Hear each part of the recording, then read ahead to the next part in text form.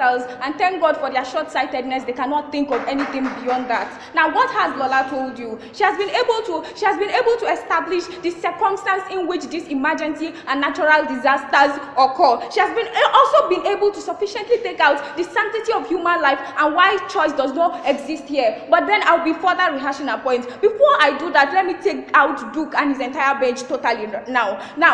What is his major problem? His major problem is that in an instance where emergency fails, that means government has failed, and therefore has also failed in providing or protecting the life of its citizens. But we tell you, Duke, to argue within context. Now, maybe we should make this more visceral to do. Natural disaster. The example is typhoon. The example is earthquake. The example is flooding. This means that typhoon, earthquake, flooding, they do not respect hospitals. They do not respect schools. They do not respect developed countries. They do not respect developing countries. This means that whether the government house or the hospitals, nothing is spared, and that means everything is capable of being submerged in water, for example, in a typhoon. So a natural disaster does not equal to the government failure, because government cannot handle these things, because it is within the control, it is beyond the control of man. So another thing he has problem with is monetary value. Indeed, we say that money cannot buy life, but then it can take it. The absence of it can take it. Therefore, when we keep you alive, that means these victims of these circumstances, when we keep them alive, it is a means of making sure that these guys suffer, become a burden on their family and on the government. And in an instance like is natural to every state and economy, where there are finite resources, there is no choice but for the government to prioritize those that are able labor force or able workforce above these people, therefore further diminishing their dignity to life, like these guys want to defend. And we tell you that it even further diminishes it if we choose not to euthanize them. Now, what are we bringing to the table? While Lola has told you about the nature of natural disasters in the sense of bodily harm caused to the victims, I tell you about the infrastructure destruction, which I have told you, which I have said how this is unavoidable in contributing to whether or not you live and its quality of life. But then, let me tell you a bit of the things that we believe in. First, we believe that in as much as life is sacred, the quality of it that we live determines whether or not we live, whether at the short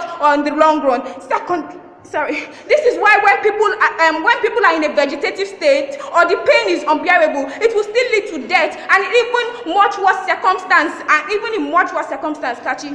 Is it justified for the government to take the life of disabled people?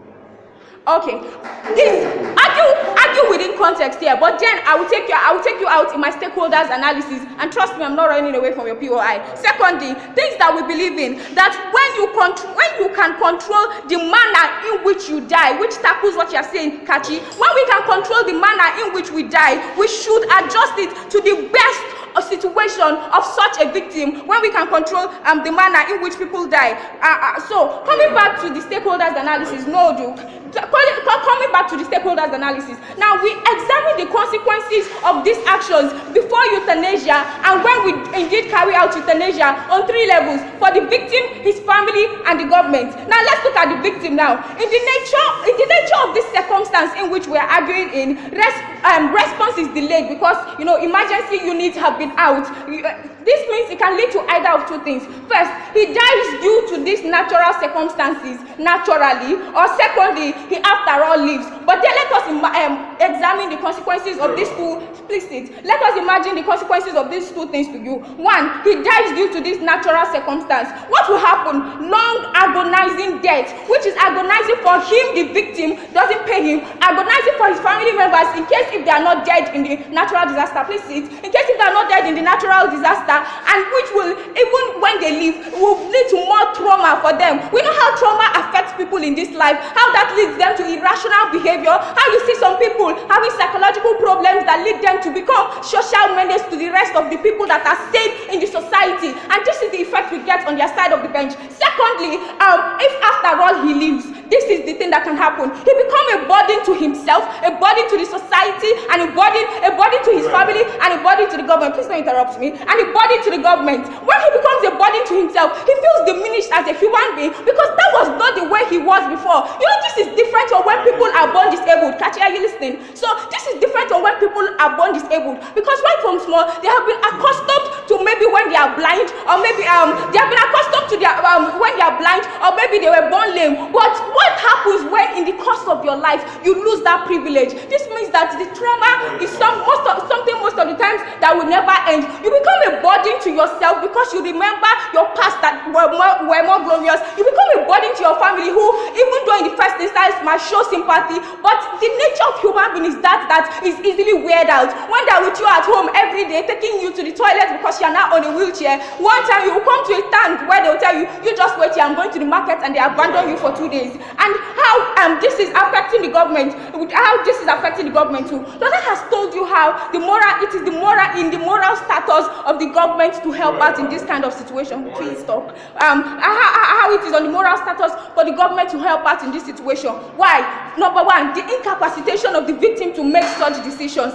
Secondly, his family members who at that time too are not in the right frame of mind, or even if they were in the right frame of mind, would not take the best decisions for they themselves and the victims. And how thirdly, why the finite resources, how the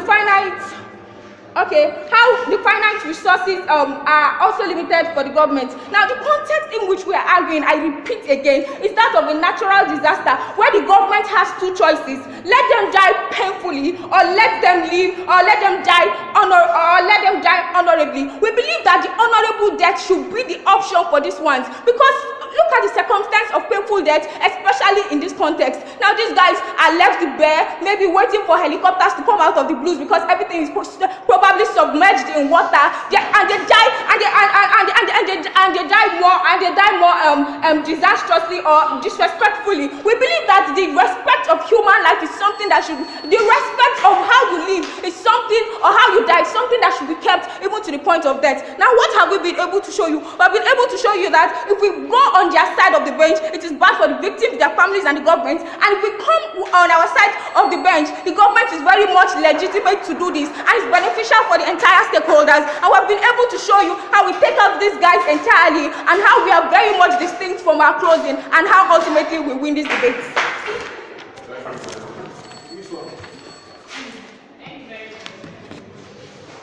This was a debate time.